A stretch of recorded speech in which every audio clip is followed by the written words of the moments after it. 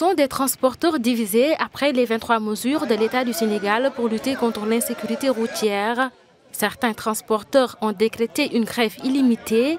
Sur le terrain, d'autres assurent la navette. Nous sommes à la gare routière de Bignona à Grand Yoff, un quartier de Dakar. Sur place, des voyageurs préparent leur départ. Ici, la grève n'a pas eu d'impact sur leur déplacement. Lorsque je suis venu, j'ai vraiment tourné en rond avant de trouver un bus. Mais Dieu merci, j'ai eu mon ticket de transport. Nous allons bientôt partir. Il y a ceux qui sont en grève et d'autres ne sont pas en grève. Et moi, je suis venu, j'ai acheté mon billet, mais je crois qu'on va partir sans problème. Sur les 12 syndicats de transporteurs que compte le pays, les 9 résistent à la grève.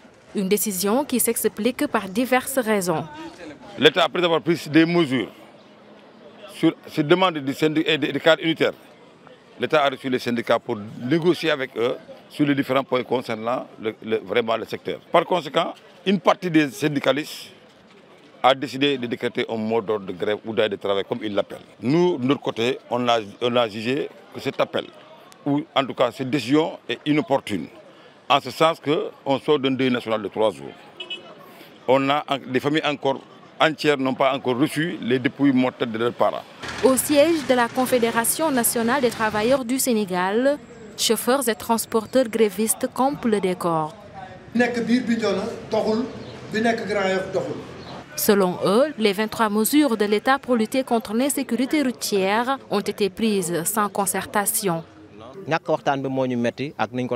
Les recommandations de l'État pour améliorer le secteur du transport sont prises de manière unilatérale. On ne peut pas nous interdire l'installation de compartiments bagages, limiter l'âge de l'obtention de permis à 30 ans ou encore mettre en fourrière des véhicules de transport en commun après 10 ans de la date de la mise en circulation. C'est trop. Cette grève, nous la menons pour la bonne marche du secteur du transport. 2 accidents ont coûté la vie à plus d'une 60aine de personnes dans le pays en l'espace d'une semaine. Le gouvernement sénégalais se montre inflexible dans l'application des mesures contre l'insécurité routière.